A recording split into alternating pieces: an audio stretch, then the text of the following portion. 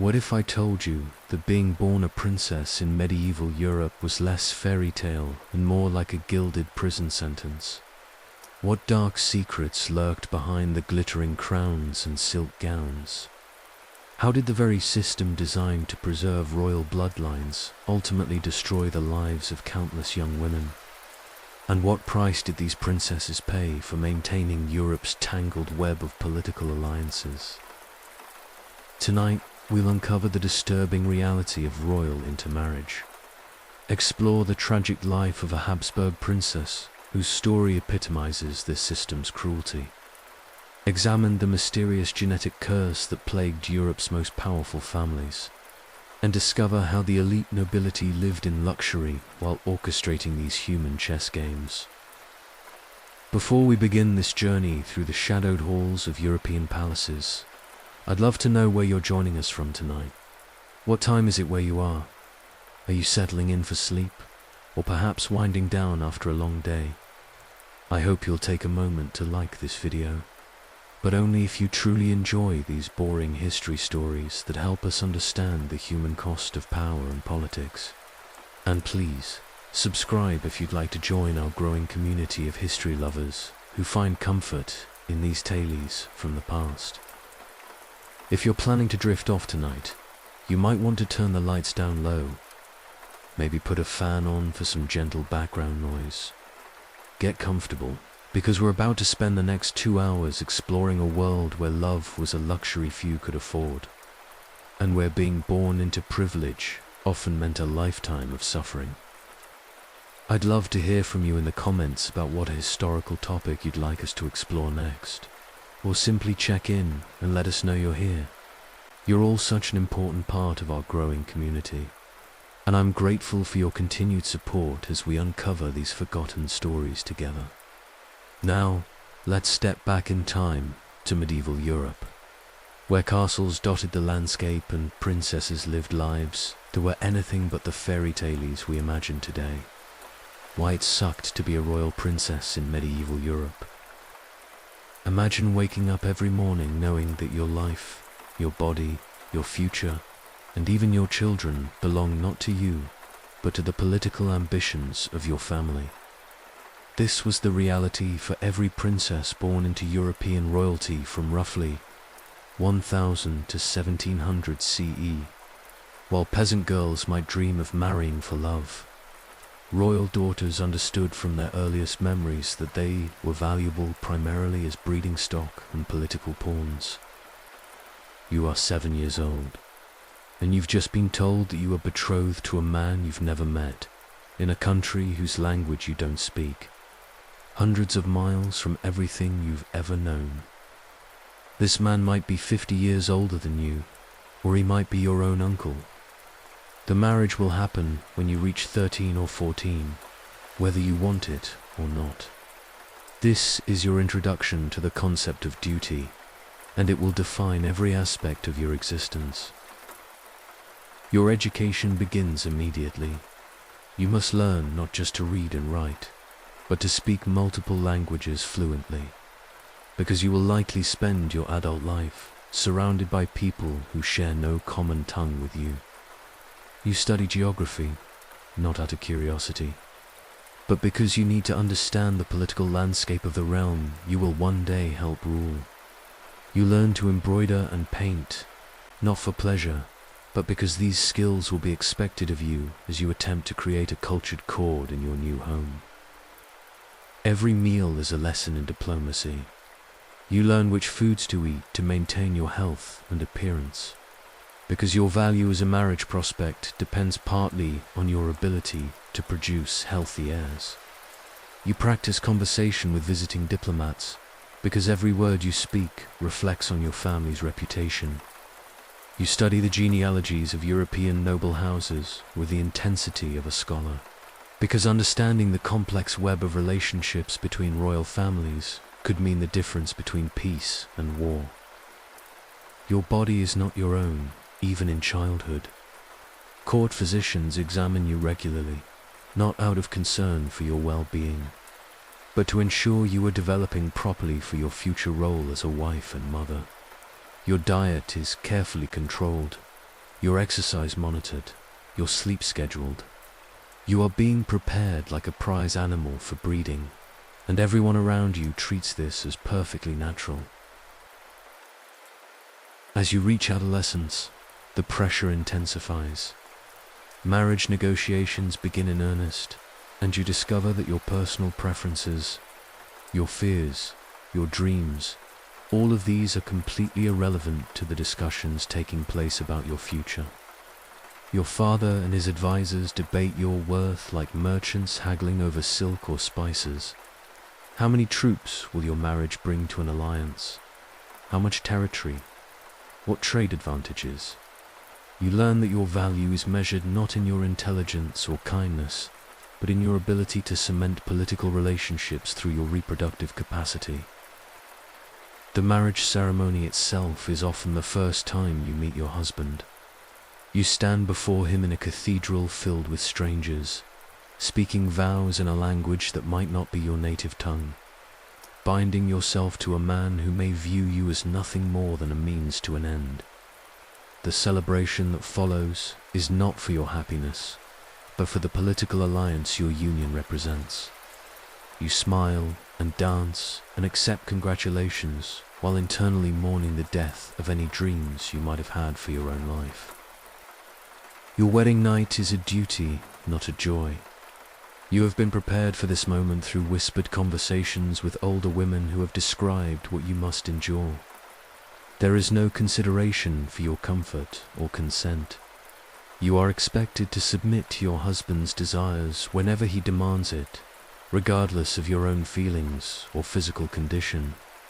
Your primary purpose is to become pregnant as quickly as possible, and every month that passes without conception is seen as a personal failure. Pregnancy in the medieval period is dangerous for any woman, but as a royal princess, you face additional pressures. The entire court watches your body for signs of pregnancy, and when you do conceive, every aspect of your pregnancy is scrutinized. You cannot eat what you want, cannot exercise as you please, cannot even choose your own midwife. Your pregnancy is a matter of state, and state interests always come before your personal comfort or safety. Childbirth is terrifying. You've likely heard stories of women who died in labor, and you know that royal status provides no protection against the dangers of medieval medicine. You labor surrounded by strangers, for even this most intimate moment is not private. Witnesses must be present to verify that the child is truly yours, that there has been no substitution or deception. If you survive the birth, you may not be allowed to nurse your own child, as wet nurses are considered more appropriate for royal infants. Your children, like you, are not truly yours. They belong to the dynasty, to the political needs of the realm. You may love them desperately, but you cannot protect them from the same fate that befell you. Your daughters will be married off to strangers, your sons trained for war and politics. You watch your children grow up, knowing that they will repeat the cycle of loveless marriages and political maneuvering that has defined your own life. Even your friendships are constrained by politics. You cannot simply befriend someone because you enjoy their company. Every relationship must be evaluated for its political implications. Can this person be trusted with state secrets? Will friendship with them offend some important ally? Are they using their access to you to advance their own family's interests? The loneliness of royal life is profound, as you discover that genuine human connection is a luxury you cannot afford. Your health deteriorates under the constant stress of pregnancy after pregnancy. In an era when contraception is not available to you, you may give birth to a dozen children or more, each pregnancy taking its toll on your body. You watch many of your children die in infancy, as infant mortality rates are high even for the wealthy. Each loss is both a personal tragedy and a political disaster. As your value to your husband and his kingdom decreases with every child who fails to survive to adulthood, As you age, your political value diminishes. If you have successfully produced male heirs, you may be treated with respect. But you will never again be the center of attention as you were when your reproductive years were ahead of you. If you have failed to produce sons, you may find yourself set aside, divorced, or sent to a convent. Your years of sacrifice and service count for nothing if you cannot deliver the male heirs that patriarchal society demands. Your daily routine is regulated by court protocol that allows for little personal freedom. You wake at appointed hours, dress in clothing chosen by others, eat meals planned by the court's administrators, and spend your days in activities deemed appropriate for your station. You cannot simply decide to take a walk in the garden or visit a friend. Every movement must be approved. Every activity must serve some political or ceremonial purpose. The constant pregnancies and stress of royal life aged you prematurely. By your 30s, you may look like a woman of 50.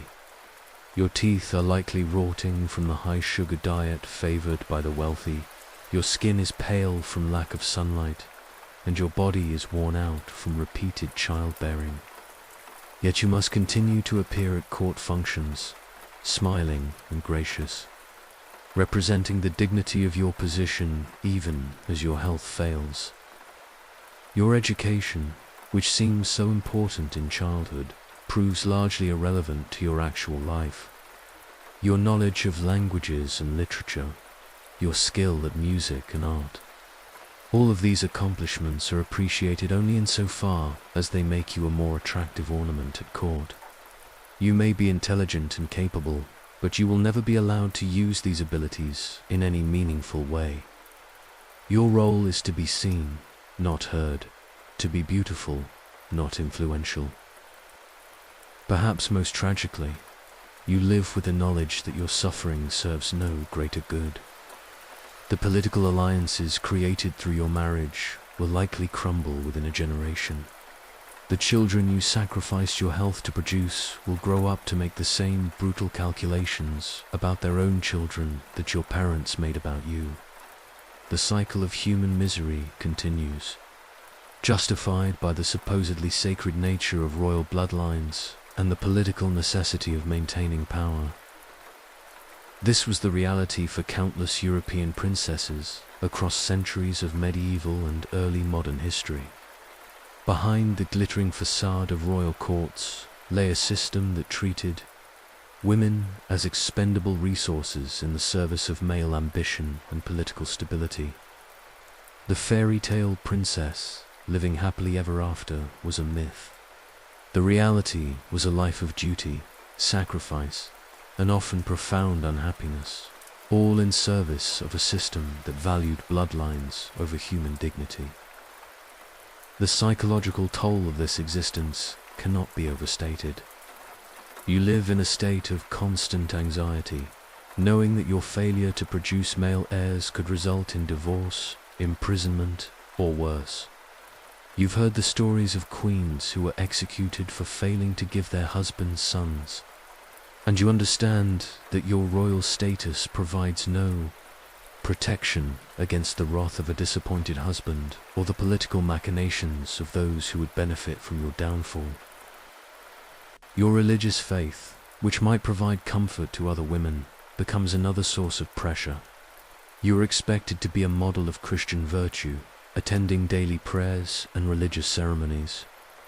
Yet you know that the political realities of your position often require you to act in ways that conflict with Christian teachings.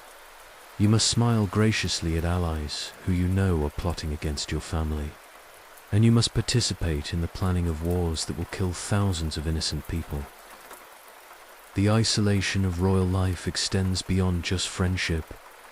You cannot trust your servants, as they may be spies reporting your every word and action to your enemies. You cannot confide in your husband, who may use your vulnerabilities against you in political negotiations. You cannot even trust your own family completely, as they may sacrifice your interests for broader dynastic goals. This profound loneliness shapes every aspect of your daily existence, creating a psychological prison that is perhaps more restrictive than any physical confinement. Your diet, while luxurious by medieval standards, is carefully controlled to maintain your appearance and fertility. You eat rich foods that often make you sick, but you cannot refuse them without appearing ungrateful or causing diplomatic incidents. You drink wine at every meal, not for pleasure, but because it is expected of someone of your station. The constant consumption of alcohol becomes a way to numb the pain of your existence, but it also contributes to your declining health and premature aging. Even your sleep is not truly your own. Your bedchamber is a public space where courtiers and servants have access, and you must maintain your composure even in your most private moments. You go to bed each night knowing that tomorrow will bring another day of the same carefully orchestrated performance, another day of smiling while your heart breaks, another day of pretending that your life has meaning beyond the political calculations of others. The weight of representing your entire family's honor rests on your shoulders every moment of every day. A single misstep, a careless word, an inappropriate friendship, any of these could destroy years of careful diplomatic work and potentially lead to war. You'll learn to speak carefully, to move gracefully, to think before you act, but the constant vigilance required to maintain this perfect facade is exhausting. You become skilled at reading the subtle signs of court politics, understanding when a seemingly friendly conversation is actually a trap, recognizing when a gift is an insult rather than a gesture of goodwill. This existence, repeated by thousands of royal women across centuries, represents one of history's most systematic forms of oppression, dressed up in silk and gold but no less brutal for its elegant trappings. Your clothing itself becomes a form of imprisonment.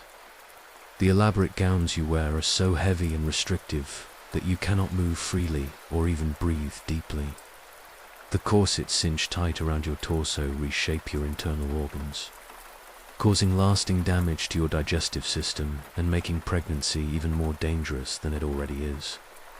You spend hours each day being dressed and undressed by servants, your body on display to women who examine you for signs of pregnancy, illness, or any other condition that might affect your political value.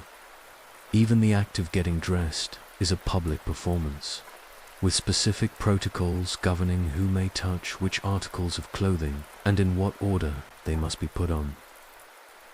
Your hair, too, is not your own to style as you please. Elaborate hairstyles take hours to create and must conform to the fashion standards of your new court, regardless of whether they suit your face or cause you headaches from the weight of pins, jewels, and false hair pieces. You sit motionless while servants tug and pull at your hair, creating towering structures that serve no purpose beyond displaying your family's wealth and your submission to court fashion. The process is often painful, and you learn to hide your discomfort behind a mask of serene composure. The cosmetics you are required to wear are often toxic.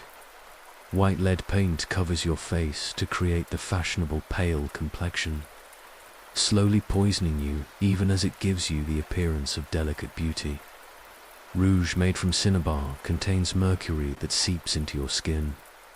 The beauty standards of the court demand that you sacrifice your health for appearance, and you have no choice but to comply.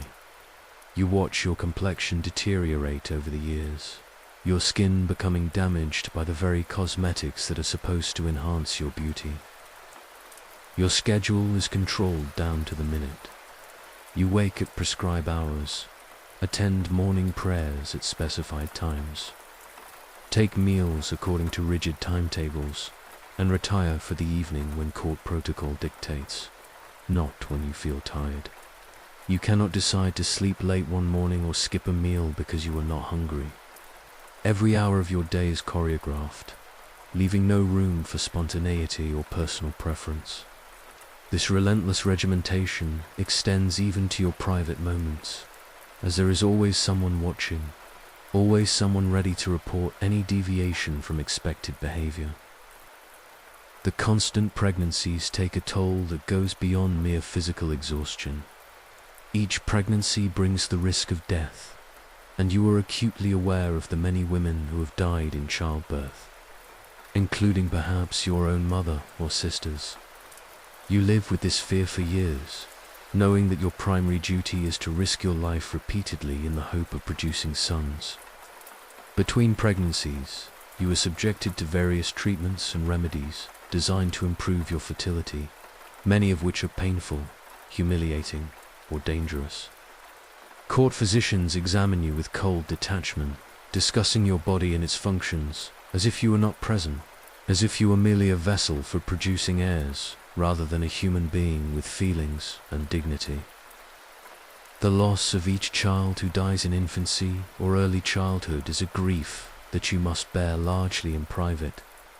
Court protocol demands that you maintain composure, that you appear at public functions within days of losing a child, smiling and gracious as if your heart were not shattered. You are not permitted the luxury of extended mourning, as your duty is to conceive again as quickly as possible. This cycle of pregnancy, loss, and renewed pregnancy creates a state of perpetual trauma that affects your mental and emotional health in ways that no one around you acknowledges or addresses. Your relationship with your husband is strictly governed by political considerations. You cannot express anger at his infidelities, cannot complain about his treatment of you, cannot even discuss matters of genuine intimacy or partnership. Your role is to be available when he desires you, to be pleasant and agreeable at all times, and to produce children without making demands or expressing needs of your own. Love, if it develops at all, must be carefully managed to ensure it does not interfere with political alliances or create conflicts with your husband's other relationships. The few moments of genuine human connection you experience become precious beyond measure. A kind word from a sympathetic lady-in-waiting, a letter from home that somehow evades the censors, a brief conversation with someone who sees you as a person rather than a political asset. These small moments of humanity sustain you through years of isolation and performance. You learn to treasure the smallest gestures of authentic kindness, knowing how rare they are in the artificial world of the court. Your education, which seemed so extensive in your youth, proves inadequate for the political realities you face.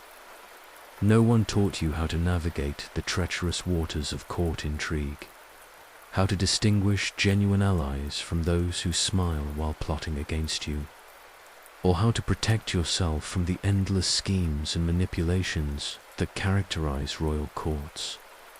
You learn these skills through painful experience, making mistakes that have serious consequences and gradually developing the political acumen necessary for survival. The seasonal rhythms of court life bring different forms of constraint.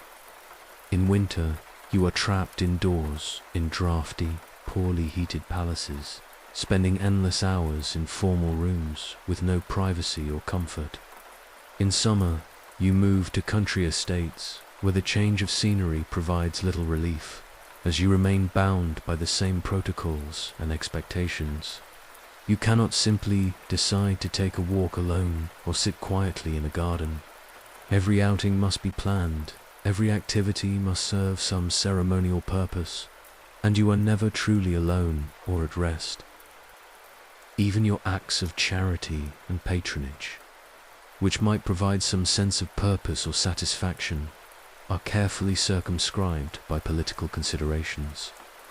You cannot support causes that might offend important allies, cannot befriend artists or scholars who hold unpopular views, and cannot express opinions on social or political matters without careful calculation of the consequences. Your charitable work becomes another form of political performance rather than a genuine expression of compassion or concern for others. The knowledge that your daughters will face the same fate you have endured adds another layer of suffering to your existence. You watch them grow, knowing that their intelligence, their talents, their hopes and dreams will all be sacrificed to the same system that destroyed your own potential. You want to protect them, to warn them, to prepare them for what lies ahead. But you also understand that teaching them to accept their fate is the kindest thing you can do. Rebellion brings only greater suffering, and the system is too powerful for any individual to resist. The tragic life of Maria Theresa of Spain, a Habsburg princess destroyed by duty. As we settle deeper into our exploration of royal intermarriage, let us turn our attention to one woman whose life perfectly exemplifies the human cost of these political arrangements. Maria Theresa of Spain, born in 1638, lived a life that reads like a catalogue of everything that could go wrong when human beings are treated as political chess pieces rather than individuals deserving of love, respect, and personal autonomy. Maria Theresa was born into the Spanish Habsburg dynasty at a time when the family's power stretched across continents. But their genetic health was already beginning to show the devastating effects of centuries of intermarriage. Her father, Philip IV of Spain, was simultaneously her great-uncle through multiple lines of descent, a fact that would have profound implications for Maria Theresa's own health and that of her future children. From her earliest childhood, Maria Theresa's life was shaped by the knowledge that she would one day marry her first cousin, Louis XIV of France. This arrangement had been discussed before either child was born, as part of the complex web of treaties and alliances that kept European powers in a delicate balance. The marriage was designed to end the long-running conflict between Spain and France, two nations that had been at war for decades. The price of peace would be paid by a young woman who had no say in the matter. Growing up in the Spanish court, Maria Theresa received an education befitting a future Queen of France. But this education was narrowly focused on her future role as a wife and mother. She learned to speak French fluently, studied French customs and court etiquette, and was trained in the arts of diplomacy and conversation. However, her education deliberately excluded any subjects that might give her ideas about personal autonomy or political independence. She was taught to be charming, compliant, and above all, fertile. The young princess was described by contemporaries as intelligent and naturally curious. But these qualities were systematically suppressed in favor of the docility expected of royal wives. She showed an early aptitude for languages and literature, but these interests were redirected toward more practical concerns like managing household accounts and supervising the complex rituals of court life. Her natural intelligence, which might have flourished in different circumstances, was channeled into the narrow purposes of royal duty. Maria Theresa's physical appearance was carefully managed from childhood. She was kept pale, as was fashionable for noble women of the time, and her diet was strictly controlled to maintain what was considered an appropriately delicate figure. The corsets she wore from a young age shaped not only her silhouette, but also her internal organs, contributing to the health problems that would plague her throughout her life. Her clothing was chosen not for comfort, but for its political symbolism, each gown carefully selected to send appropriate messages about Spanish wealth and power. The marriage negotiations between Spain and France were complex and drawn out, with Maria Theresa's personal qualities being discussed in terms that would be more appropriate for evaluating livestock. Diplomats debated her fertility prospects, her family's genetic history, and her potential to produce male heirs. Her own feelings about the marriage were considered irrelevant, and indeed, no one bothered to ask her opinion about spending her life married to a man she had never met.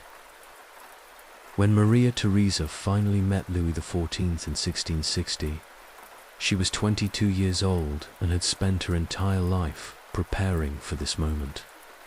The meeting took place on a small island in the Bidassoa River, neutral territory between Spain and France. with elaborate ceremonies designed to emphasize the political rather than personal nature of their union. Contemporary accounts describe the bride as nervous and overwhelmed, clearly understanding that she was about to leave behind everything familiar and enter a world where she would be perpetually foreign. The wedding ceremony itself was a magnificent display of royal power and wealth. But for Maria Theresa, it marked the beginning of a life of profound isolation and disappointment. Louis XIV, known as the Sun King, was one of the most powerful monarchs in European history. But he was also notoriously unfaithful and showed little interest in his wife beyond her ability to produce heirs. Their marriage was consummated as a matter of duty, and Louis made it clear from the beginning that he expected Maria Theresa to accept his numerous mistresses as a normal part of royal life. Life at the French court was a constant struggle for Maria Theresa. She never fully mastered the complex etiquette of Versailles, where every gesture carried political significance and where foreign queens were viewed with suspicion and often open hostility. Her Spanish accent marked her as an outsider, and her natural shyness was interpreted as arrogance by courtiers, who were looking for any excuse to criticize the Spanish princess. She found herself constantly walking a tightrope between maintaining her dignity as a representative of Spain and adapting to French customs that are often conflicted with her upbringing. The pressure to produce male heirs was intense and immediate. Maria Theresa's first pregnancy ended in miscarriage, an event that was treated as a personal failure rather than a medical tragedy. She was subjected to painful medical treatments designed to improve her fertility, including bloodletting, purging, and the consumption of various herbal remedies that often made her violently ill. Court physicians examined her monthly cycles with the attention of scientists studying a laboratory specimen, and her most intimate bodily functions became matters of state concern. When Maria Theresa finally gave birth to a son, the future Louis, Grand Dauphin, in 1661, the relief was overwhelming. However, this relief was short-lived, as the pressure immediately shifted to producing additional male heirs to ensure the succession. Over the course of her marriage, Maria Theresa would endure 6 pregnancies, with only one child, her son Louis, surviving to adulthood. Each pregnancy was fraught with danger, and the constant cycle of conception, pregnancy, birth, and often infant death took a devastating toll on her physical and emotional health. The deaths of her children were perhaps the most heartbreaking aspect of Maria Theresa's life. In an era when infant mortality was high even among the wealthy, she lost 5 of her 6 children in infancy or early childhood. Each loss was not only a personal tragedy but also a political disaster, as her failure to produce multiple surviving heirs was seen as a threat to the stability of the monarchy. She was expected to grieve privately while maintaining a public facade of serenity and acceptance, a burden that contributed to what contemporary observers described as periods of deep melancholy. Louis XIV's infidelities added another layer of humiliation to Maria Theresa's already difficult life.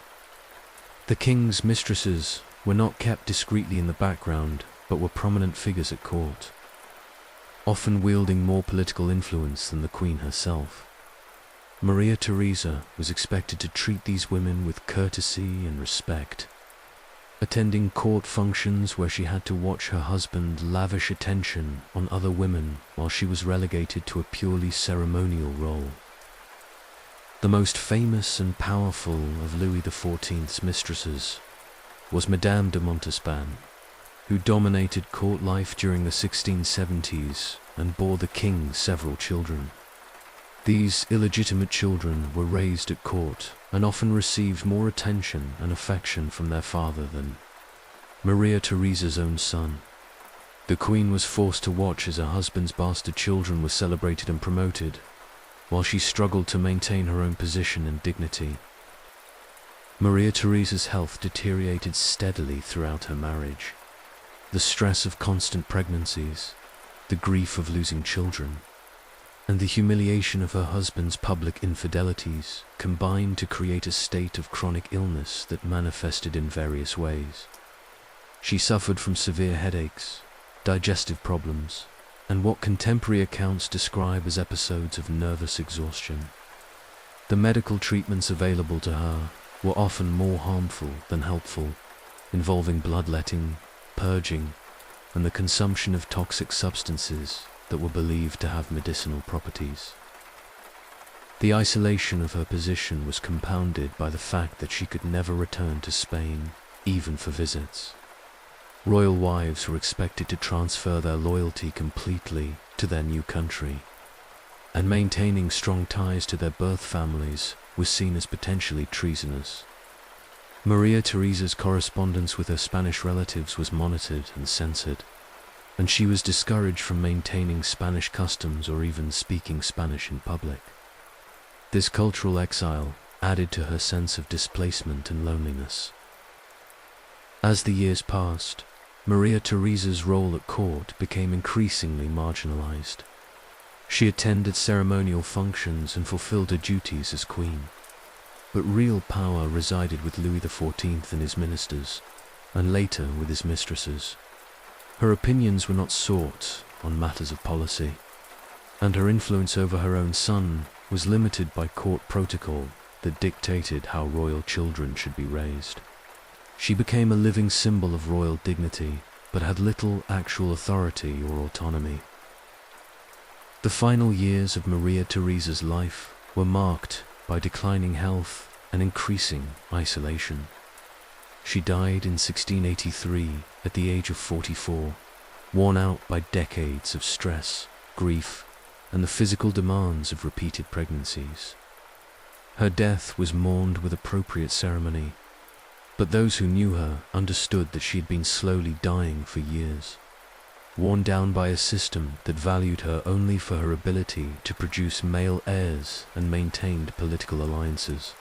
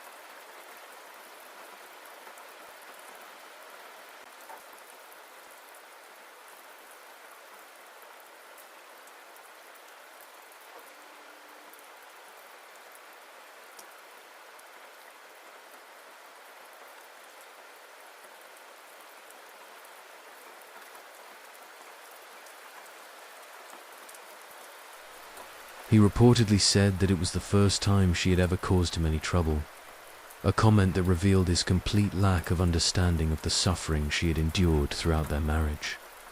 Her death was quickly followed by discussions of the king's potential remarriage, as if Maria Theresa had been nothing more than a temporary occupant of a position that needed to be filled. Maria Theresa's story illustrates the human cost of the royal intermarriage system in the starkest possible terms. She was an intelligent, sensitive woman who was systematically stripped of agency, dignity, and ultimately health in service of political goals that she had no part in creating. Her life was a series of losses, from the loss of her homeland and family to the loss of her children and finally the loss of her own life to the relentless demands of royal duty. She represents thousands of royal women whose individual stories have been lost to history, but whose collective suffering reveals the true nature of the system that shaped European politics for centuries. The psychological impact of Maria Theresa's circumstances extended far beyond what contemporary observers could understand or articulate. Living in a state of constant performance, she developed what we might now recognize as chronic anxiety and depression. Every public appearance required her to mask her true feelings, to smile graciously while her heart was breaking. to appear content in a marriage that brought her little happiness. The strain of maintaining this facade for over 20 years contributed to her physical decline and may have hastened her death. Her relationship with her surviving son, Louis, was complicated by the rigid protocols of royal child rearing. As the heir to the French throne, the boy was removed from her direct care when he was still very young and placed in the custody of tutors and governors chosen by the king. Maria Theresa was allowed to see her son at prescribed times and under specific circumstances, but she was not permitted to influence his education or development in any meaningful way. This separation from her only surviving child was perhaps one of the cruelest aspects of her life, as it denied her even the basic maternal bond that might have provided some comfort in her otherwise lonely existence. The constant surveillance under which Maria Theresa lived would be difficult for modern people to comprehend. Every letter she wrote was read by royal censors.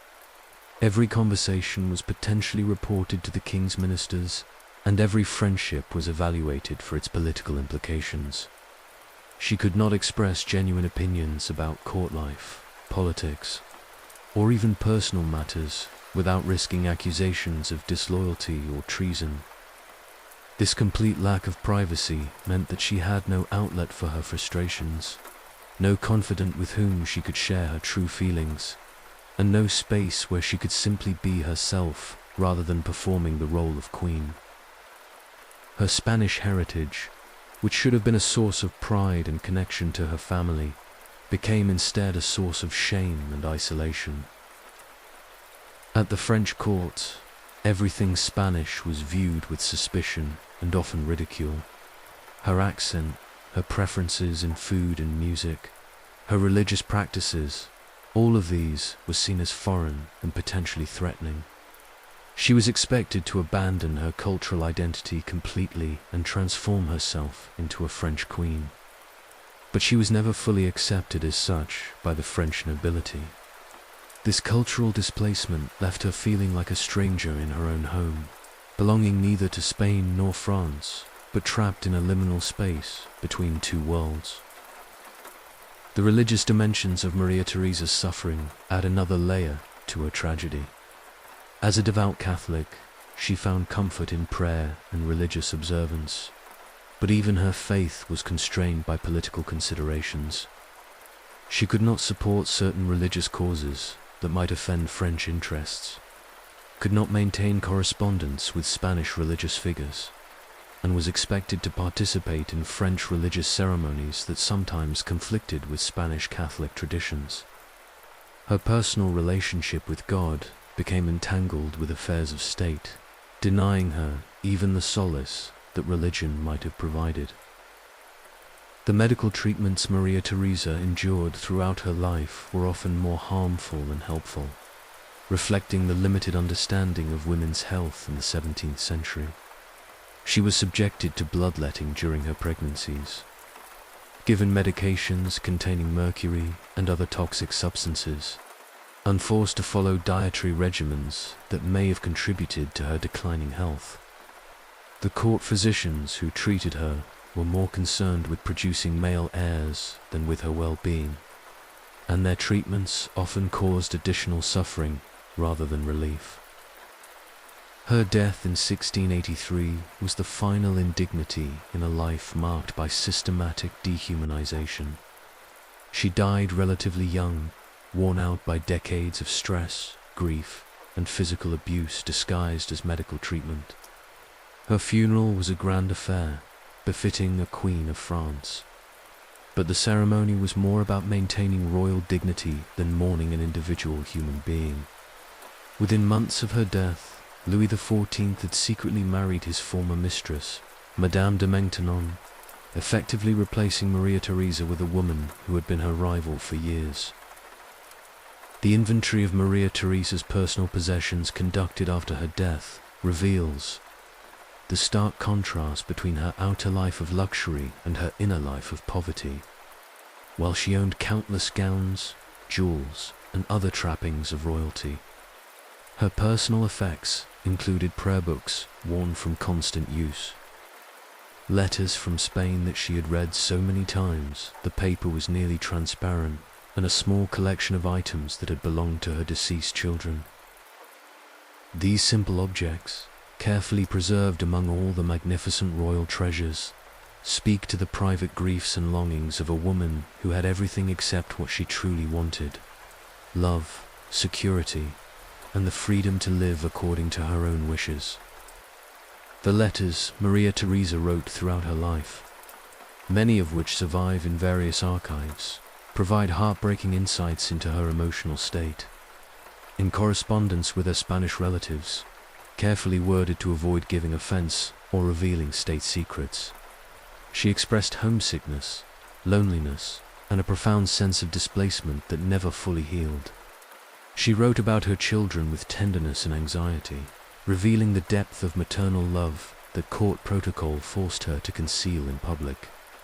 These letters, written in the few private moments she could carve out of her highly regulated schedule, represent her most authentic self, a self that she could rarely express in her public role as Queen of France. Maria Theresa's spiritual life became increasingly important to her as her earthly life brought so little satisfaction. She devoted herself to religious observances with an intensity that some courtiers found excessive, attending multiple masses each day and spending hours in private prayer. This deep religiosity was not merely conventional piety, but a genuine search for meaning and comfort in a life that offered little of either. Her confessors noted her profound sense of guilt and inadequacy, her constant worry that she was failing in her duties, and her struggle to find peace in a role that demanded everything while giving nothing in return.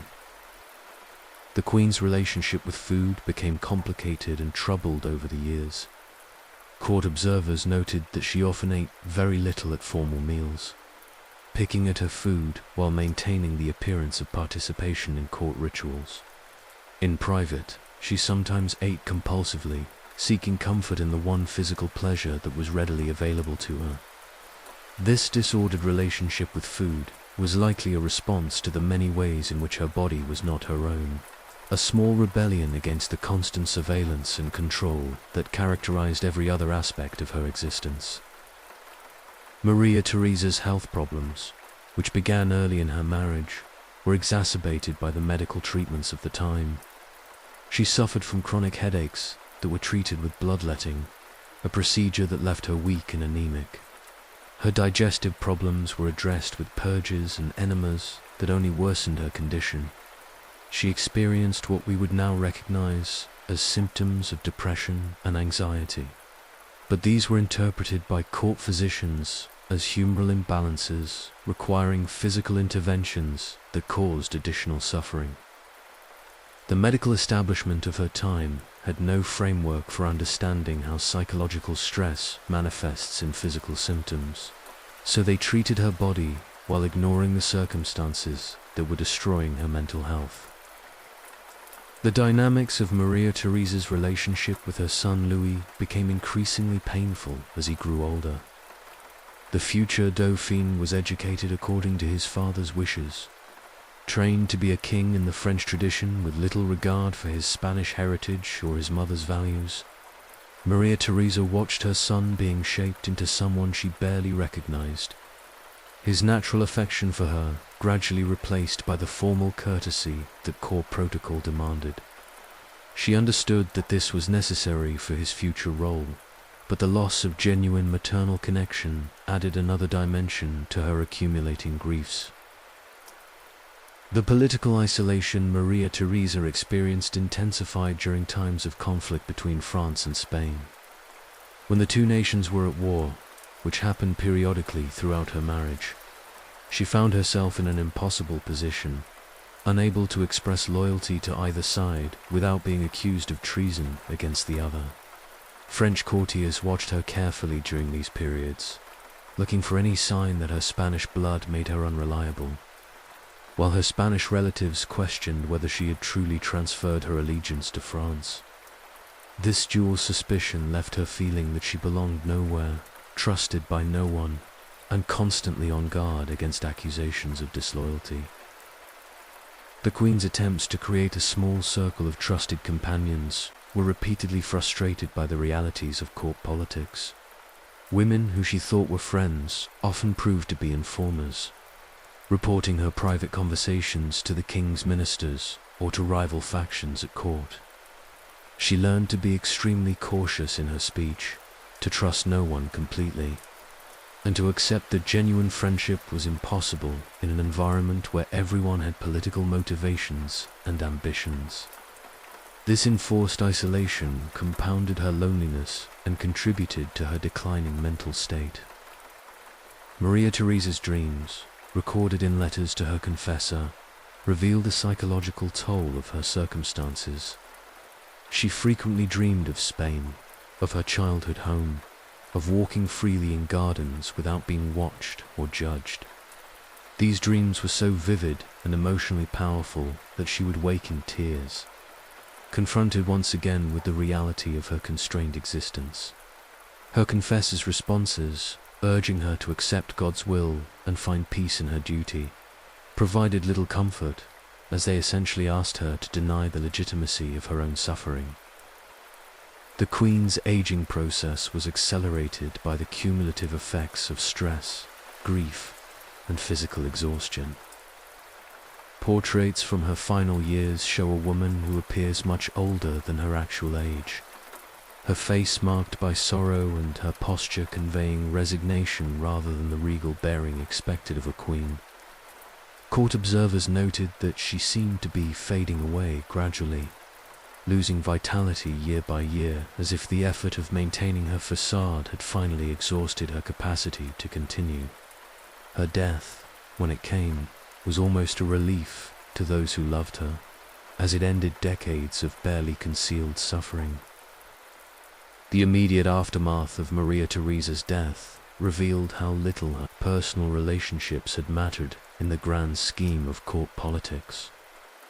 The same people who had attended her daily for years quickly transferred their allegiance to the king's new wife, their expressions of grief rapidly giving way to calculations about how to maintain their positions under the new dispensation. The elaborate mourning rituals that followed her death were performed with perfect precision but little genuine emotion, a final reminder that her value had always been symbolic rather than personal. The Habsburg jaw, unraveling the genetic mystery that haunted Europe's most powerful dynasty. As we continue our journey through the shadowed corridors of European royal history, we encounter one of the most fascinating and disturbing mysteries in the annals of royal intermarriage: the progressive genetic deterioration of the Habsburg dynasty. This is not merely a tale of political intrigue or personal tragedy, but a scientific puzzle that reveals how the relentless pursuit of dynastic purity ultimately led to the biological collapse of Europe's most powerful ruling family. The mystery begins with a question that puzzled observers for centuries. Why did members of the Habsburg family develop increasingly severe physical and mental abnormalities over successive generations? The answer lies in a phenomenon that modern geneticists call the Habsburg jaw, or more technically, mandibular, a condition that became so closely associated with the family that it served as a visual marker of their bloodline across Europe. To understand this genetic catastrophe, we must first examine the Habsburg approach to marriage, which was fundamentally different from that of other European royal houses. While most dynasties practiced strategic intermarriage with other royal families to forge alliances and expand their influence, the Habsburgs became obsessed with maintaining the purity of their bloodline. This obsession led them to practice endogamy, or marriage within the family, to a degree that was extreme even by royal standards. The Habsburg family tree, when examined closely, reveals a pattern of intermarriage so intensive that it resembles less a tree than a tightly woven web. Brothers married sisters, uncles married nieces, and cousins married cousins with such frequency that by the 16th century, it became nearly impossible to trace distinct bloodlines within the family. This practice, which the Habsburgs justified as necessary to preserve their divine right to rule, created a genetic bottleneck that would have devastating consequences for future generations. The first documented appearance of the Habsburg jaw can be traced to Frederick III, Holy Roman Emperor, from 1440 to 1493. Contemporary portraits show a man with a slightly protruding lower jaw, a feature that was initially considered merely a family characteristic rather than a deformity. However, as succeeding generations continued to intermarry, this trait became more pronounced, eventually developing into a severe facial deformity that made eating, speaking, and even breathing difficult for those who inherited it. The scientific explanation for this phenomenon lies in the basic principles of genetics, though these principles were not understood during the Habsburg era. When closely related individuals reproduce, their offspring are more likely to inherit two copies of recessive genes, including those that cause genetic disorders. The Habsburg jaw was likely caused by a combination of genetic factors, including abnormal bone development in the jaw and skull, that became increasingly concentrated in the family's gene pool as they continued to intermarry. By the time of Emperor Charles V, who ruled from 1519 to 1556, the Habsburg jaw had become a defining characteristic of the family. Charles himself suffered from a severe form of the condition that made it difficult for him to chew food properly, forcing him to swallow large pieces of meat whole, which contributed to his chronic digestive problems. His speech was also affected, with contemporary observers noting that his protruding jaw made it difficult for him to pronounce certain words clearly. The condition was not limited to jaw abnormalities.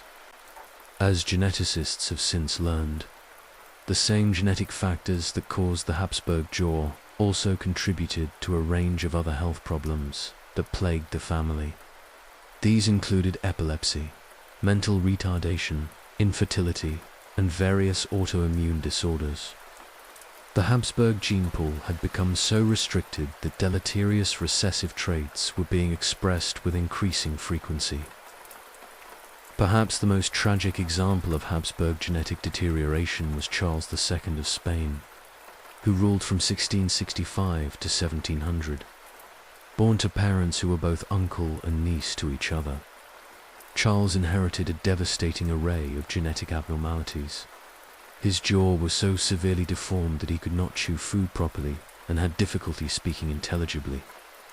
He suffered from epilepsy, was mentally disabled, and was likely infertile, though he was married twice in desperate attempts to produce an heir. Contemporary accounts describe Charles II as having a tongue so large that it barely fit in his mouth, making speech nearly impossible. His Habsburg jaw was so extreme that his lower teeth protruded far beyond his upper teeth, creating a gap that made eating a constant struggle. Court physicians noted that he drooled constantly and had difficulty swallowing, requiring his food to be specially prepared to prevent choking. The genetic analysis of Charles II's family tree reveals the full extent of the Habsburg intermarriage problem. His coefficient of inbreeding was 0.254, meaning that he was more inbred than the offspring of a brother and sister would be. This level of inbreeding is comparable to that seen in laboratory animal populations that have been deliberately bred for genetic uniformity, and it explains the severity of his genetic abnormalities. The mystery of the Habsburg jaw was not limited to the Spanish branch of the family.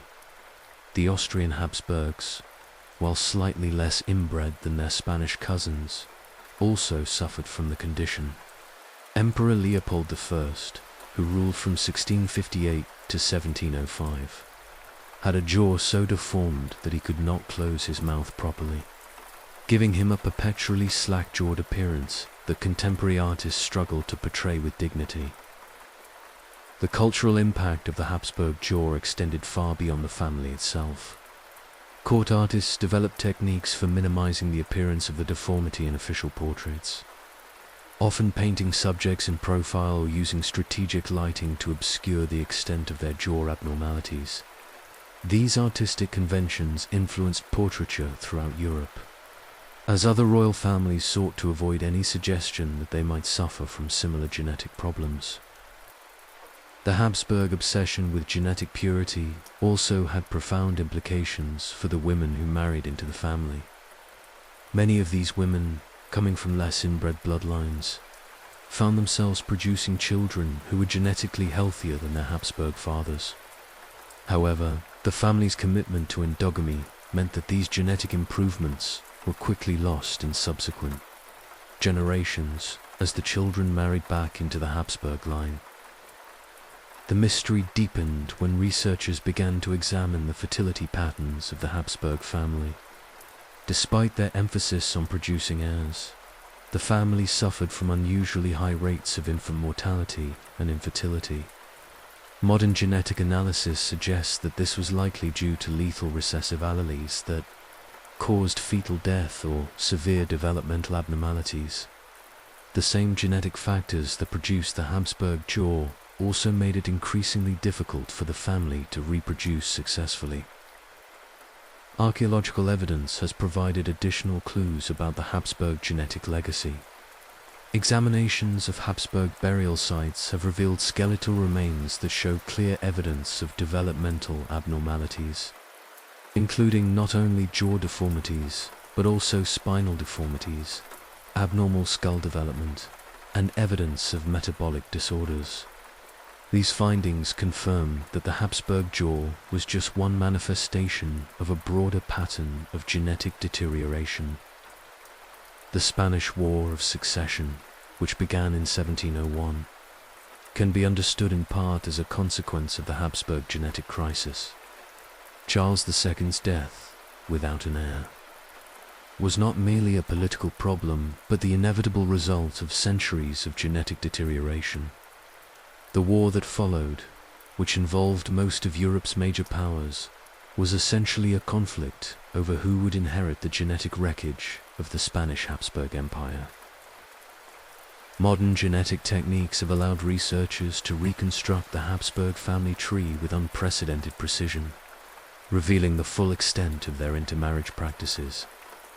Computer models based on this genetic data suggest that the Habsburg jaw was caused by a combination of at least 5 different genetic factors, all of which became concentrated in the family's gene pool through repeated intermarriage. The Habsburg case has become a textbook example of the dangers of inbreeding in human populations. Population geneticists use the family's history to illustrate how genetic diversity is essential for the long-term survival of any breeding population. The Habsburg experiment in genetic purity was ultimately a failure that led to the extinction of the Spanish line and the severe weakening of the Austrian branch. The mystery of the Habsburg jaw also reveals the extent to which political ideology can override biological reality. Despite clear evidence that their intermarriage practices were producing increasingly unhealthy offspring, the Habsburgs continued to prioritize dynastic purity over genetic health.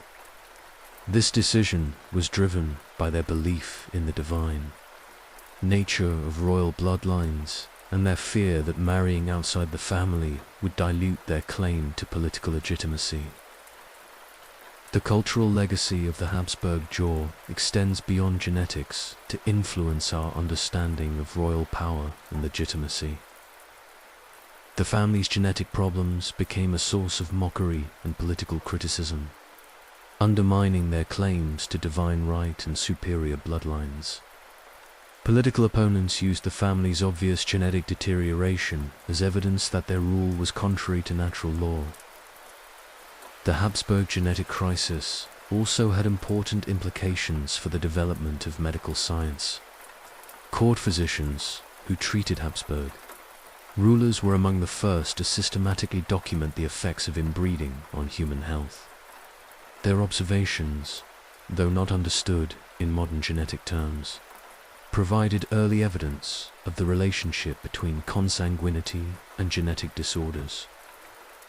The mystery of the Habsburg jaw ultimately resolved itself through the extinction of the Spanish line and the gradual introduction of new genetic material into the Austrian branch through marriages with other royal families. By the 18th century, the Austrian Habsburgs had largely abandoned their extreme endogamy practices, though they continued to practice some degree of intermarriage until the end of the monarchy in 1918. The Habsburg genetic legacy serves as a cautionary tale about the dangers of placing ideology above biological reality. Their pursuit of dynastic purity, while politically motivated, created a genetic catastrophe that ultimately contributed to the family's political decline. The mystery of the Habsburg jaw reveals how the seemingly abstract concept of royal intermarriage had concrete, measurable effects on human health and survival. This genetic mystery also illuminates the broader question of how royal families maintained their power and legitimacy. The Habsburg case suggests that the emphasis on bloodline purity, while politically useful in the short term, was ultimately self-defeating.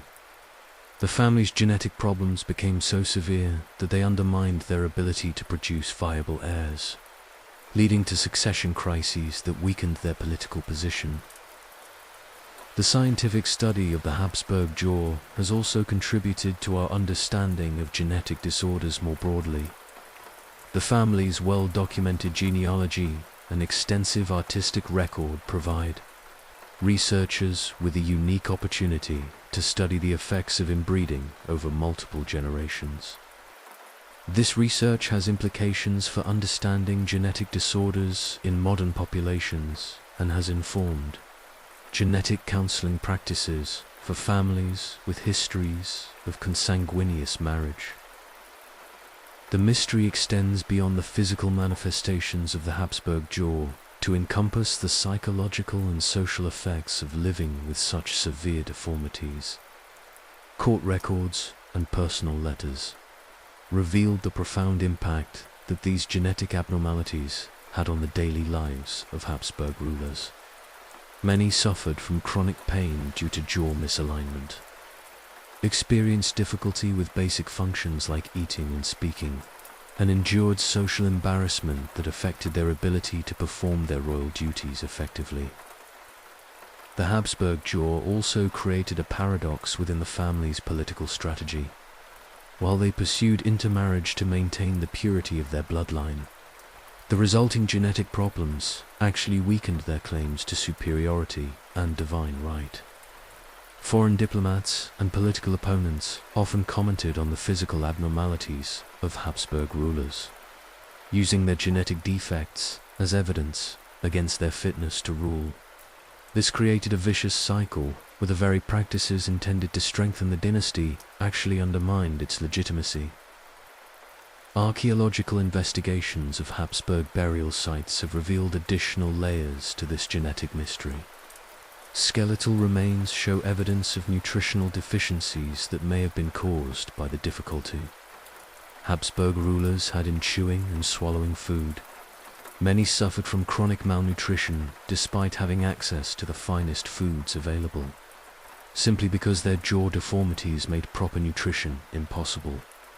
This malnutrition, in turn, may have contributed to their increased susceptibility to diseases and their generally poor health.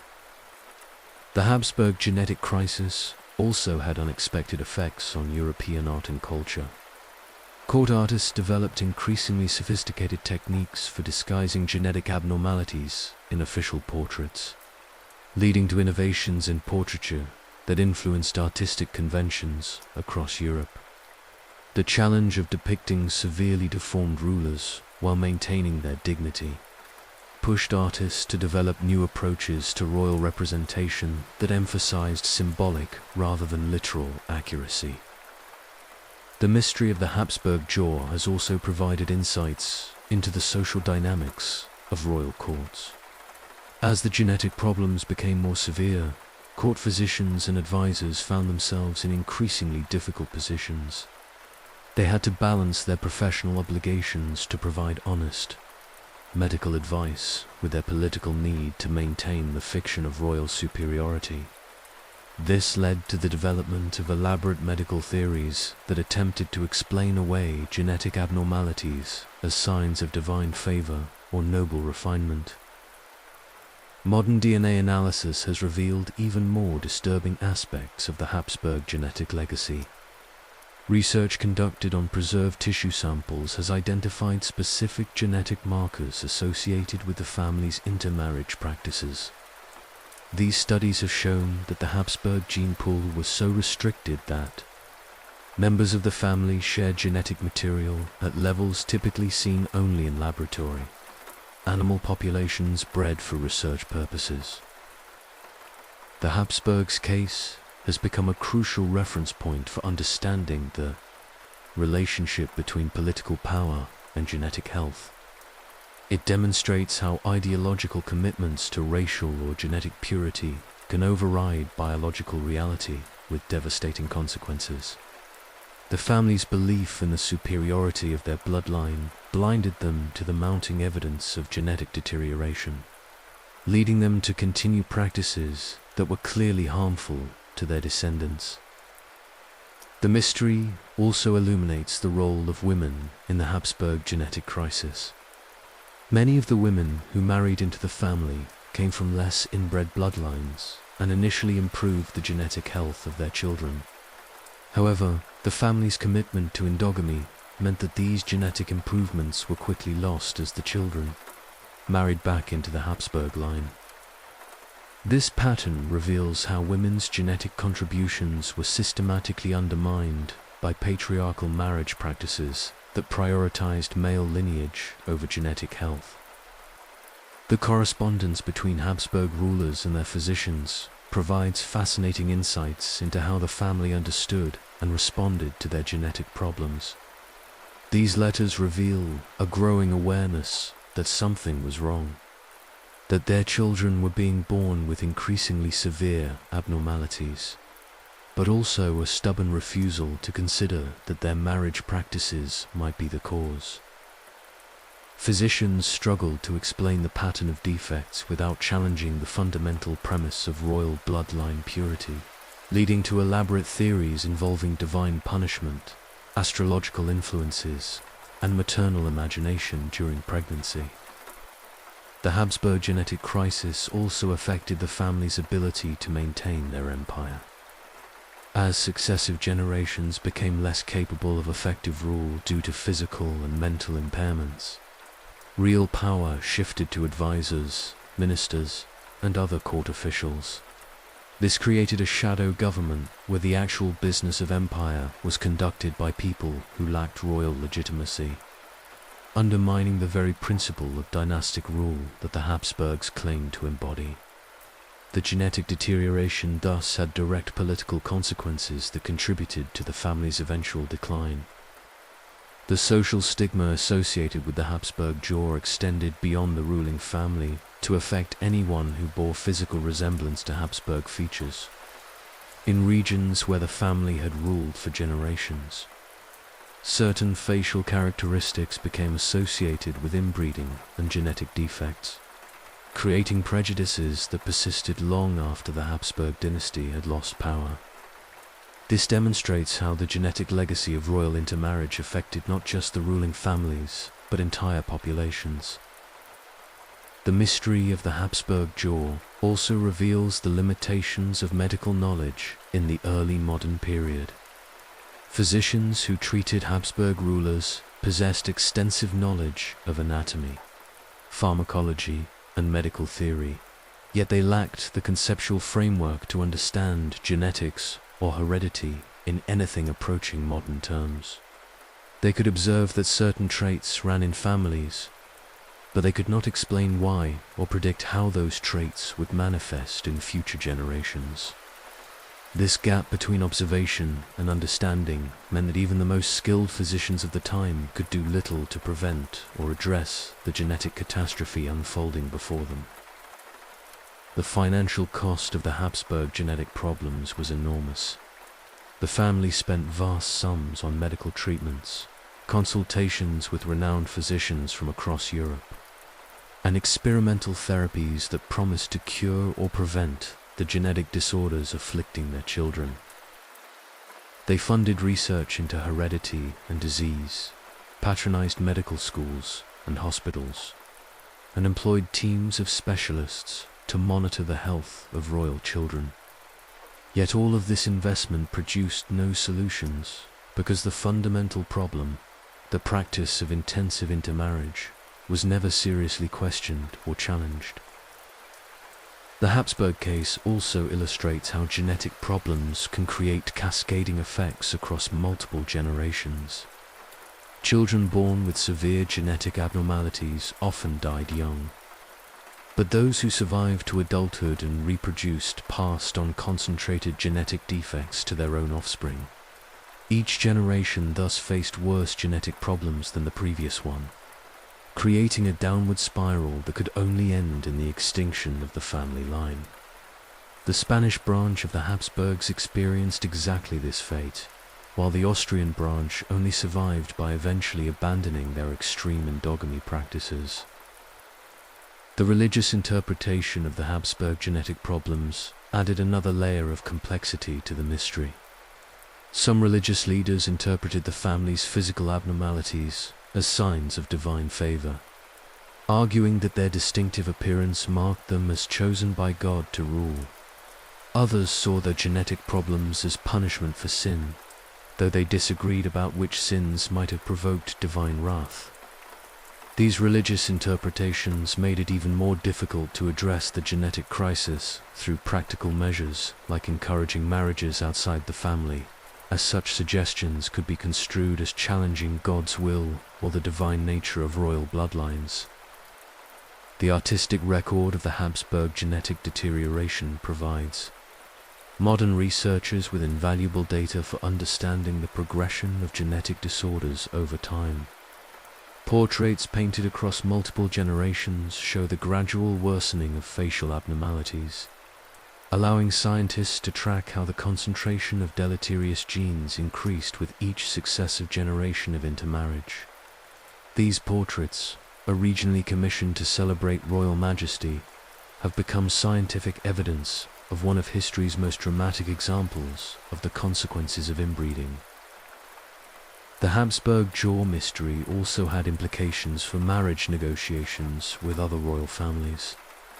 As the genetic problems became more obvious, other dynasties became increasingly reluctant to marry their daughters into the Habsburg line, fearing that their grandchildren would inherit the family's genetic defects.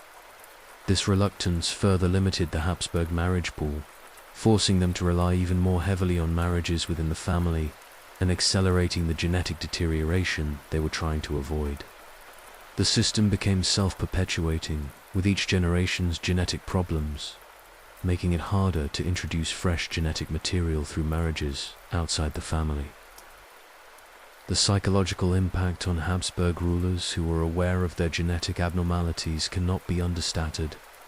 Living with severe facial deformities, speech impediments, and other physical problems in an era that placed enormous emphasis on physical perfection and divine right created profound psychological distress. Court records and personal letters reveal that many Habsburg rulers struggled with shame, depression, and feelings of inadequacy related to their physical condition. They understood that their appearance was a subject of mockery and political criticism, yet they could do nothing to change it. The Habsburg genetic crisis also affected succession planning and dynastic stability. When rulers were physically or mentally incapable of governing effectively, disputes arose about who should exercise power in their name. Regency councils, ambitious relatives, and foreign powers all saw opportunities to advance their interests when Habsburg rulers were weakened by genetic problems. The uncertainty about succession when heirs were clearly unfit to rule created political instability that ultimately contributed to wars and territorial losses. The medical treatments attempted for the Habsburg jaw and related genetic problems were often barbaric and ineffective. Physicians attempted to correct jaw alignment through mechanical devices that caused constant pain. Prescribed toxic substances believed to have medicinal properties, and even attempted surgical interventions with primitive tools and no anesthesia. These treatments not only failed to address the genetic causes of the problems, but often caused additional suffering and complications for their royal patients. The Habsburg genetic mystery ultimately demonstrates the fundamental conflict between political ideology and biological reality. The family's commitment to bloodline purity was based on the belief that royal blood was inherently superior, and that mixing it with common blood would dilute this superiority. Yet the biological reality was exactly the opposite. Genetic diversity strengthens populations, while genetic isolation leads to the accumulation of harmful mutations. The Habsburg dynasty's tragic fate proves that no amount of political power or ideological commitment can overcome the basic laws of biology. The Gilded Cage. How Europe's elite orchestrated human chess games while living in luxury. As we reach the final portion of our exploration into the dark side of royal intermarriage, let us turn our attention to the architects of this system, the powerful nobles, advisors, and political elites who lived in extraordinary luxury while orchestrating the human chess games that destroyed so many lives. These were the men and women who benefited from the suffering we have examined tonight, who created and maintained the elaborate machinery of dynastic politics that treated human beings as expendable resources in the pursuit of power. The royal courts of Europe were marvels of wealth and sophistication, glittering centers of culture and learning where the most powerful people in the world gathered to conduct the business of empire. Yet beneath this magnificent facade lay a cold, calculating system that reduced human relationships to political transactions and treated love, happiness, and personal fulfillment as dangerous luxuries that could not be afforded by those born to rule. The daily routine of Europe's political elite was structured around the maintenance of this system. Each morning, in palaces from Madrid to Vienna, from Versailles to London, teams of advisors, diplomats, and marriage brokers would gather to discuss the complex web of alliances, marriages, and political arrangements that kept Europe's balance of power intact. These meetings took place in rooms decorated with priceless art, their participants dressed in silk and velvet, dining on delicacies imported from around the world, all while making decisions that would condemn young women to lives of misery and sacrifice. The marriage brokers were perhaps the most cynical participants in this system. These were professional diplomats and court officials who specialized in negotiating royal marriages, treating human beings like commodities to be traded for political advantage. They maintained detailed records of European royal bloodlines, tracking the genetic health, fertility prospects, and political value of potential brides with the same attention to detail that merchants might use to evaluate livestock. Their conversations were filled with clinical assessments of young women's physical attributes, their ability to bear children, and their potential to cement political alliances. The luxury in which these marriage brokers lived was extraordinary. They occupied elegant apartments in royal palaces, dined at tables laden with gold and silver, and wore clothing that cost more than most people would earn in a lifetime.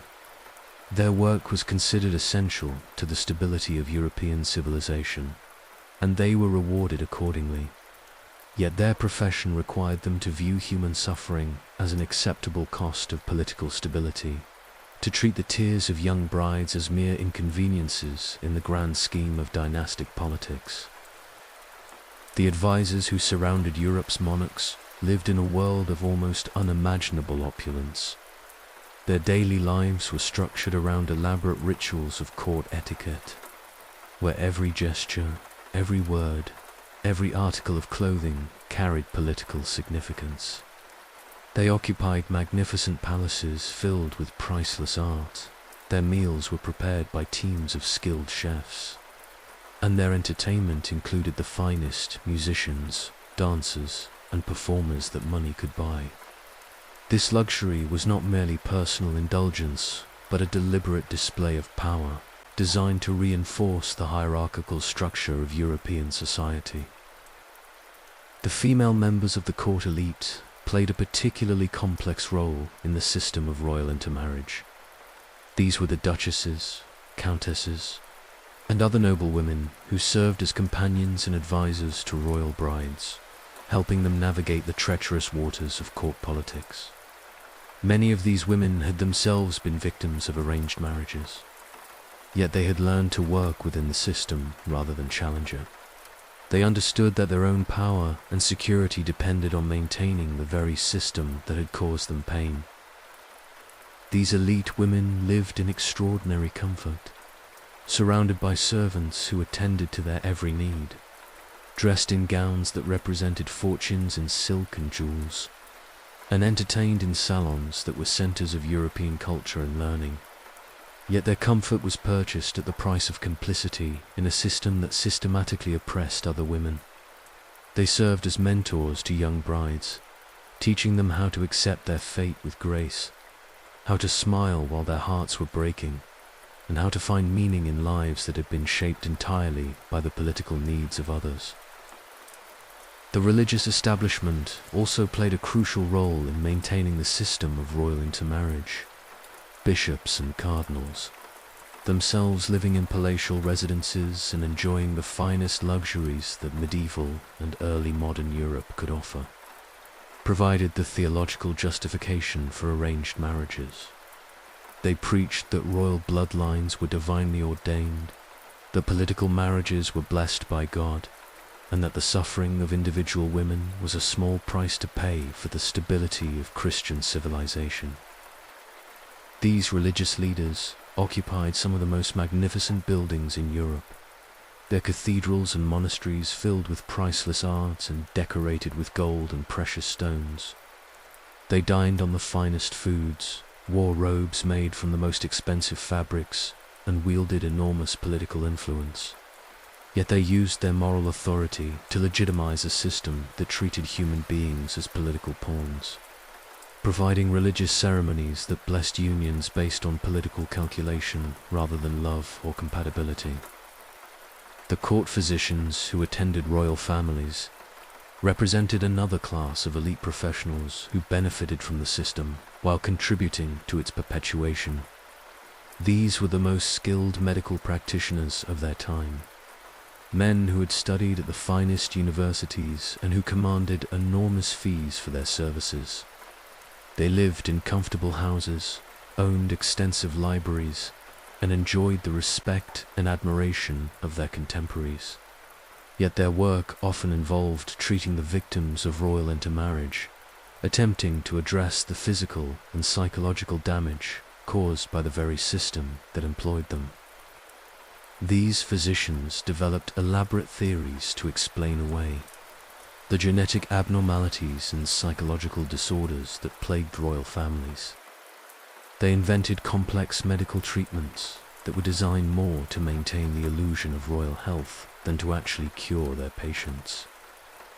Their medical knowledge was used to determine which royal women were suitable for marriage, which were likely to produce healthy heirs, and which should be discarded as unsuitable for dynastic purposes.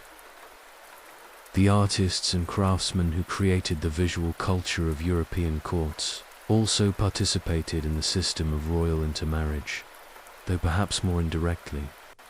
These were the painters, sculptors, goldsmiths, and other skilled artisans who created the portraits, jewelry, and decorative objects that were used to facilitate marriage negotiations. A skilled portrait painter could make a plain princess appear beautiful. A skilled goldsmith could create jewelry that would impress potential suitors, and a skilled craftsman could produce the elaborate gifts that were exchanged during marriage negotiations. These artists lived comfortable lives, patronized by the wealthiest and most powerful people in Europe. They worked in well-appointed studios, employed teams of assistants, and enjoyed social status that was far above that of ordinary craftsmen. Yet their work was essential to the machinery of royal intermarriage, creating the visual propaganda that made political marriages appear romantic and desirable rather than the cold transactions they actually were. The merchants and bankers who financed the elaborate ceremonies and celebrations associated with royal marriages represented another group of elite beneficiaries of the system. These were the financiers who provided the enormous sums of money required for royal weddings, the merchants who supplied the silk, jewels, and exotic foods that made these celebrations possible, and the craftsmen who created the elaborate decorations and ceremonial objects that marked these occasions.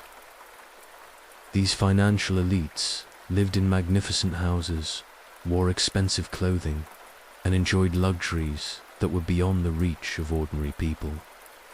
They understood that royal marriages were excellent business opportunities, generating enormous profits from the sale of luxury goods and financial services. Their economic interests were therefore aligned with the continuation of the system, regardless of its human cost. The diplomatic corps that managed international relations in early modern Europe also played a crucial role in maintaining the system of royal intermarriage. These were the ambassadors, envoys, and other diplomatic professionals who negotiated the complex treaties and agreements that governed European politics. They lived in elegant diplomatic residences, entertained lavishly, and enjoyed the privileges of diplomatic immunity. Yet their work often involved arranging marriages between people who had never met, negotiating the terms under which young women would be transferred from one royal house to another like valuable commodities. The elaborate social rituals that surrounded royal marriages were designed to disguise their essentially commercial nature. The magnificent ceremonies, the elaborate feasts, the expensive gifts, all of these were intended to create the illusion that royal marriages were joyous celebrations rather than political transactions.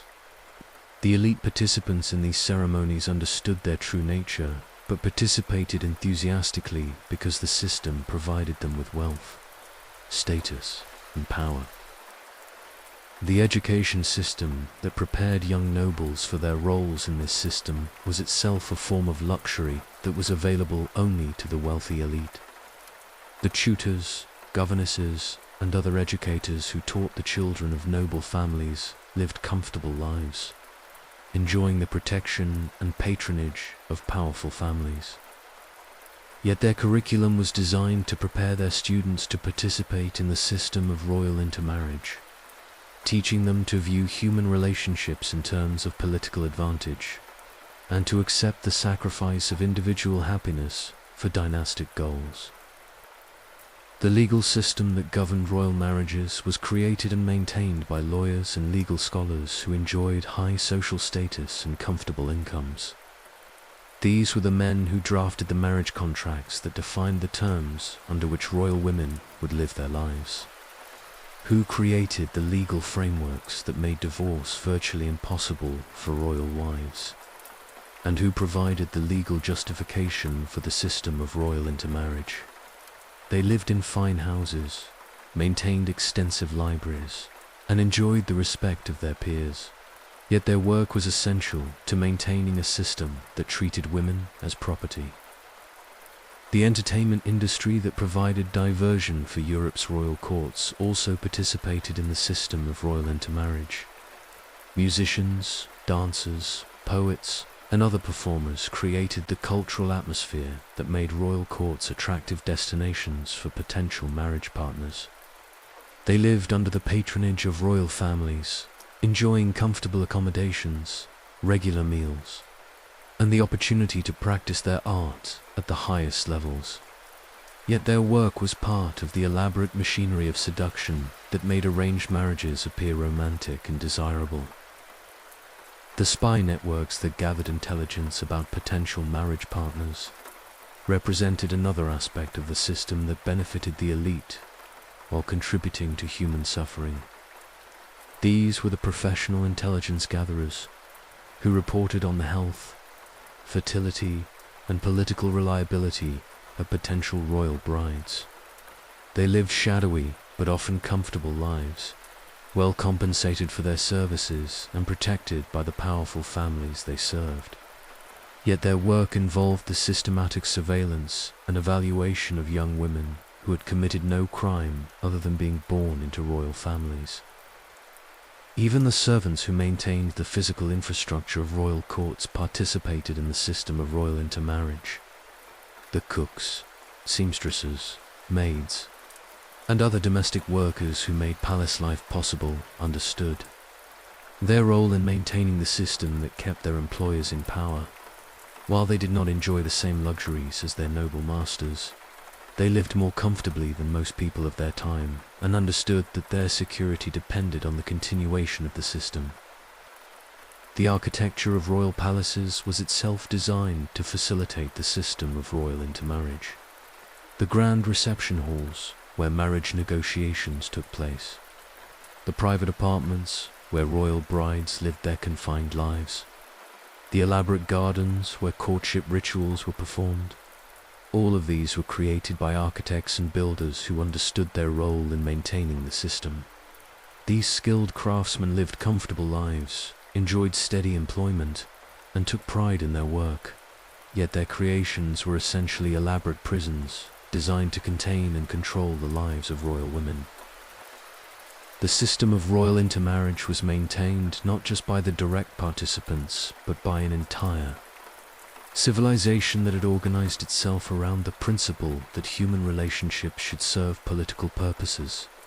From the highest nobles to the humblest servants, from the most learned scholars to the most skilled craftsmen, European society had created a system that treated individual happiness as subordinate to dynastic ambition.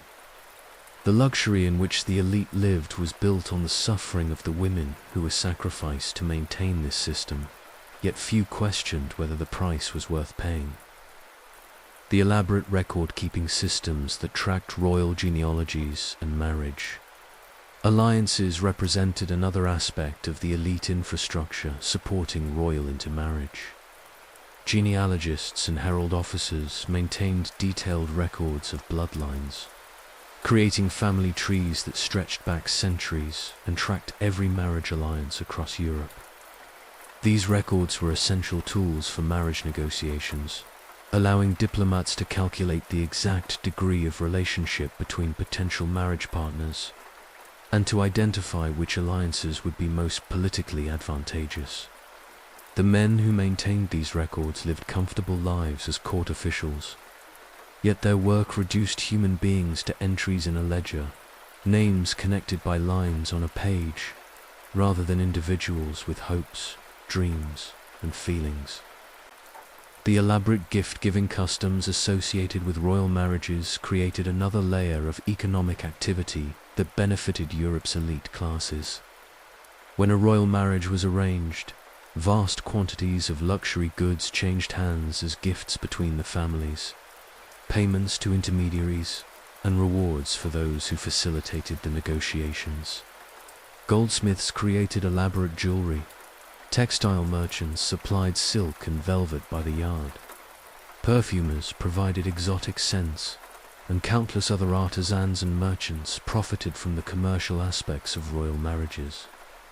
These economic benefits created a class of people who had strong financial incentives to maintain the system of political marriages, regardless of their human cost. The publishing industry that produced the elaborate books celebrating royal marriages also participated in the system's perpetuation. Court historians wrote official accounts of royal weddings, emphasizing their political significance and portraying them as joyous occasions rather than the transactions they actually were. Printers produced commemorative volumes with elaborate illustrations showing idealized versions of royal couples and ceremonies. These publications shaped public perception of royal marriages, creating narratives that obscured the suffering of the women involved. and reinforced the legitimacy of the entire system. The educational institutions that trained the next generation of nobles, diplomats, and court officials also played a crucial role in perpetuating the system of royal intermarriage. Universities and academies taught courses in diplomacy, statecraft, and genealogy that explicitly treated human relationships as tools of policy. Students learned to evaluate potential marriage alliances in terms of territorial gain, military advantage, and political influence, with no consideration given to the personal happiness or well-being of the individuals involved. The professors who taught these courses lived comfortable academic lives, yet they were training young men to participate in a system that treated women as expendable resources. The military establishments of European states also benefited from the system of royal intermarriage, as marriage alliances often came with military commitments and strategic advantages. Generals and military planners incorporated marriage alliances into their strategic calculations, understanding that a well-chosen royal marriage could be worth more than a military campaign. The officer class that managed these military considerations enjoyed high social status and comfortable lives, yet their strategic thinking treated human beings as pieces on a chessboard, valuable only for their contribution to military and political objectives. The banking and financial systems that managed the enormous dowries and financial settlements associated with royal marriages represented another elite group that benefited from the system. Bankers arranged the complex financial transactions involved in royal marriages, transferred funds between kingdoms, and managed the investments that generated income for royal families. These financial professionals lived in elegant houses, wielded significant economic power, and were respected members of the elite classes. Yet their work facilitated a system that reduced women to financial assets whose value could be calculated in gold and property. The translation services required for negotiations between royal families from different linguistic backgrounds created employment for educated linguists who enjoyed comfortable positions at various courts. These translators played crucial roles in marriage negotiations, ensuring that the terms of agreements were clearly understood by all parties. They were privy to the most intimate details of royal family dynamics and marriage negotiations, yet they were expected to maintain absolute discretion and loyalty to their employers. Their comfortable lives depended on their willingness to facilitate marriages that they knew would cause suffering to the women involved. The etiquette masters and protocol experts who trained royal brides in the customs of their new courts represented another class of elite professionals who benefited from the system. These specialists taught foreign princesses how to dress, speak, eat, and behave according to the expectations of their adopted countries. They were well compensated for their services and enjoyed high status at court. Yet their work involved training women to suppress their own identities and conform to rigid expectations that left no room for individual expression or authentic emotion.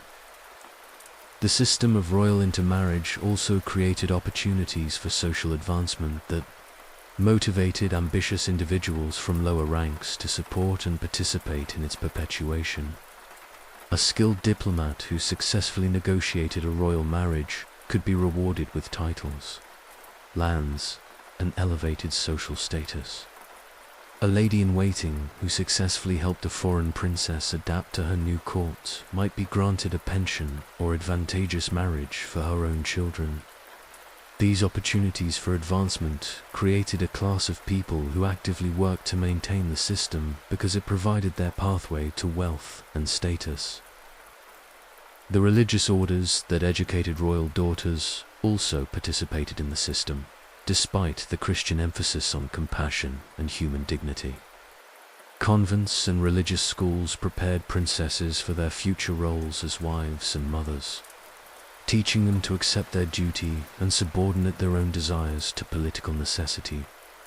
The abbesses and teachers who ran these institutions lived comfortable lives within the church hierarchy. Yet they were complicit in preparing young women for lives of sacrifice and suffering in the name of dynastic duty. The postal and courier systems that carried messages between royal courts, facilitating marriage negotiations and maintaining communication between separated families, represented another practical infrastructure supporting the system.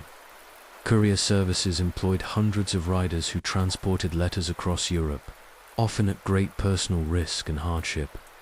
Yet even these relatively humble participants in the system understood that royal marriages were essential to the political order that provided their employment, creating incentive for them to ensure that marriage negotiations proceeded smoothly. The social season calendars that governed court life were carefully structured to facilitate marriage negotiations and allow potential brides and grooms to be displayed to maximum advantage. Social secretaries and event planners organized elaborate balls, banquets, and entertainments where royal families could evaluate potential marriage partners. These social professionals enjoyed comfortable positions and significant influence over court life, yet their work was fundamentally about creating opportunities for political marriages rather than genuine social connection or entertainment.